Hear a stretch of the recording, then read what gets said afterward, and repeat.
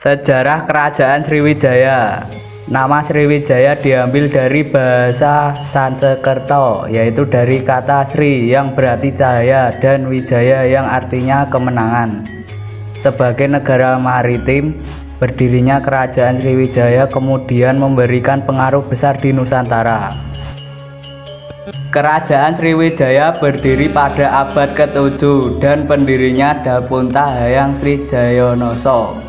Pada masa kejayaannya, Sriwijaya mengontrol perdagangan jalur utama, Selat Malaka, dan daerah kekuasaannya meliputi Kamboja, Thailand Selatan, Semenanjung Malaya, Sumatera, dan sebagian Jawa.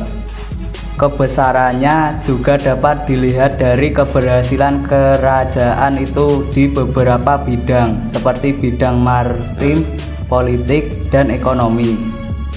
Historiografi Sriwijaya diperoleh dan disusun dari dua sumber macam: catatan sejarah Tiongkok dan sejumlah prasasti batu Asia Tenggara yang telah ditemukan dan diterjemahkan.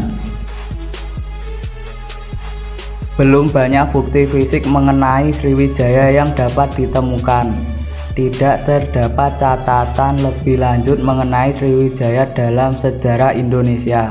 Masa lalunya yang terlupakan dibentuk kembali oleh sarjana asing. Raja Balaputra Dewa dianggap sebagai raja yang membawa Sriwijaya ke puncak gemilangnya pada abad ke-8 dan ke-9 sampai ke generasi Sri Marawijaya. Hal ini membuat raja-raja setelah Sri Marawijaya disibukkan dengan peperangan melawan Jawa pada 922 Masehi dan 1016 Masehi.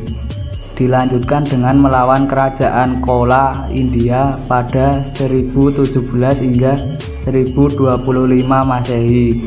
Raja Sri Sranggawijaya berhasil ditawan. Kerajaan Sriwijaya menguasai Selat Malaka yang merupakan jalur utama perdagangan antara India dan Tiongkok. Dilansir dari buku karya Denny Prasetyo, mereka berhasil memperluas kekuasaan hingga Jawa Barat, Kalimantan Barat, Bangka Belitung, Malaysia, Singapura, dan Thailand Selatan. Pusat Kerajaan Sriwijaya atau letak kerajaan. Pendapat yang cukup populer adalah dikemukakan oleh G. Quindis pada 1918 bahwa pusat Sriwijaya ada di Palembang.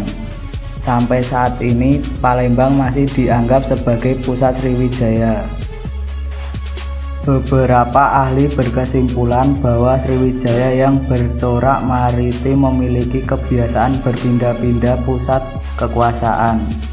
Sebab para ahli ada yang menyimpulkan bahwa Sriwijaya berpusat di Kedah, kemudian Muara Takus, hingga menyebut kota Jambi.